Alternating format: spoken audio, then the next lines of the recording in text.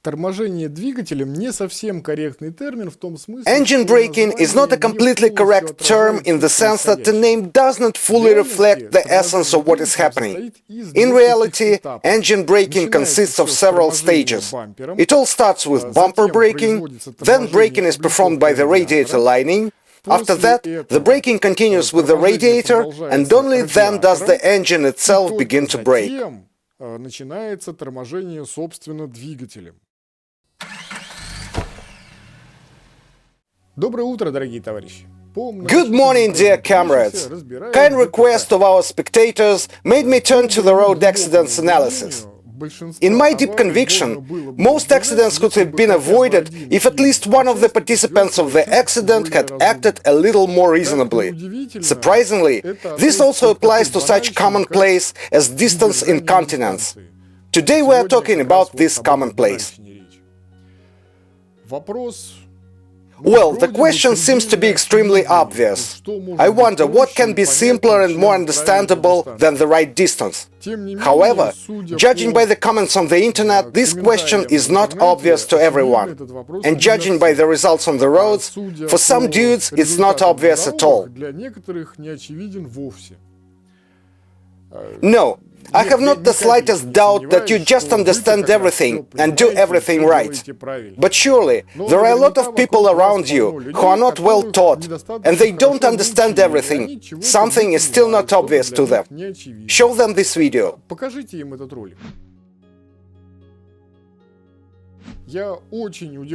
I am very surprised by this fact, but a lot of people knowingly take the risk of an accident and keep an unreasonably small distance to avoid other cars changing lane in front of them. Well, he appeared in front of you, so what? After all, if you do not let him go, he will change lane after you or will drive a little ahead and find a place there. One way or another, if a person needs to change lane, he will do it anyway. And regarding slowdown, here a man appeared in front of you and kind of pushed you back. I was somehow not too lazy to count. I drove 40 kilometers or 25 miles along the city main road and calculated how many cars got in front of me. It turned out about 30, well, 32 or something, I don't remember exactly. Most of them went back for these 40 kilometers. There were less than a dozen left, and this dozen pushed me back a few tens of meters. That is, less than a minute in real, in terms of time. What is a minute per 40-kilometer city drive? Yes, nothing at all. And now let's turn to accident analysis. Да вообще ни о чем. Однако перейдем к ДТП. The most obvious. When a car in front of you performs a sharp braking and you follow with insufficient distance, you will not have time to brake. With your brakes, I mean. And you will have to use the bumper braking, the engine braking, and so on. It is a very popular delusion that everything is visible through the front car, so it's not necessary to wait until the front car starts to slow down and to begin braking in advance. This is a theory. It is beautiful, it often happens like this, but often it happens differently. And it's because the front driver is more likely to notice a hole, a pedestrian, or an obstacle of any other kind earlier than you. Many people think that the distance is not significant, because it's enough to start braking at the same point as the front car. Well, actually not in the same, but still a car body size earlier. This is the first. Secondly, braking consists of 3 stages. The first stage is the driver's reaction, when he realizes what has happened and proceeds with the braking action. The second stage is the operation of the brake system. That means the time between your first touch of the brake pedal and the moment the car starts to brake. It is also non-zero. And only the third stage is braking itself. So when you see the brake lights of the front car, it already finishes the second stage and starts the third one. But you have not even started the first. That means here you need to have a margin of time and distance respectively. Let's say your car has a brake assist system or automatic braking system. Great stuff. It helps reducing the response time of the driver and the response time of the brake system. Reducing, but not making it zero, please pay attention. The problem is that the front car can have all the same equipment, or even worse, the front car is equipped but not you. So all this equipment doesn't cancel the distance. It allows you to somehow reduce it a little there, but nothing else. The front starts to slow down, you seem to have time to stop behind it, but then it turns out that the front car doesn't have time. And at the last moment, it jumps to the side in front of an obstacle that you simply didn't see. And if the distance wasn't sufficient, you simply have no time to maneuver, and you successfully crash into this obstacle.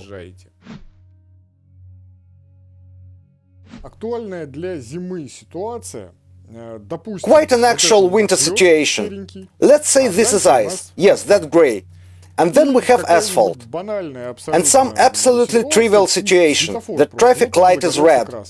The first car goes, starts to slow down, slows down badly because of ice. It rolls, reaches the asphalt and stops here because the wheels have gained traction again.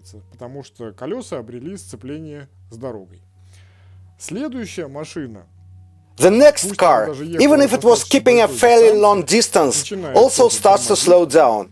It slows down on ice badly, and it no longer has asphalt. The front car is standing here, and therefore engine braking is performed.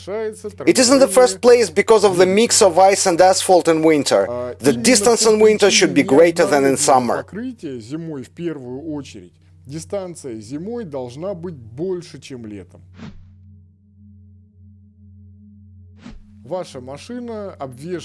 Let's say your car is equipped with all kinds of electronic assistance, you have the best tires in the world, excellent brakes, and everything is fine in general. And you will have time to brake accidentally in the event of some force majeure. The trouble is that someone who goes after you may have a worse reaction. He may have a simpler car, cheaper tires, no electronic assistance. And if you brake effectively, then he will slow down using you for more efficiency. Therefore, it is better to avoid emergency braking, of course, without severe necessity. Yes, this rear guy will for sure be to blame for this accident, but your car will be broken as well. So the smoother you brake, the less likely it is to get a kick in the ass. It seems to be obvious, but for some reason not to everyone. Что делать? Дистанцию держать. Учитывая, что скорости и вообще дорога... What to do? Keep the distance. As the speeds and the road conditions can be different, there is no universal answer in meters of feet. But for dry asphalt, for normal conditions, there is a reasonable answer in seconds. 2 seconds is a normal distance for a city. Checking yourself is easy. Catch the moment when the front car passes by a pillar, and until you reach the same pillar, count to yourself. 1001, 1002. This is about the very 2 seconds. Not so long ago, the authorities of the state of Pennsylvania performed a test with a series of marks on the road 322, so that the drivers would check the correct distance easier. But due to the bad communication, nobody realized how to use these marks. The drivers even slowed down ready for something unexpected. So unfortunately, the good idea failed to succeed because of the lack of explanation how to use it properly. On a highway, where the driver is usually more relaxed, it is useful to increase the distance to 3 to 4 seconds. With the right distance, even with sharp braking of the car in front, you can stop quite smoothly. And you will not get crashed yourself, and the probability of a rear impact will be relatively small for you. Speaking of backstroke, it happens that some bad person tailgates you and rides with a frankly stupid distance, which of course is irritating. Take care of your nerves. let it go forward. Let it hang on someone else's bumper. In extreme cases, if there is no chance to miss, increase your distance, so that you do not have to brake sharply, because this dude at the back, with any sharp braking, will approach your stern. And I hope this doesn't make you look around suspiciously every time you drive.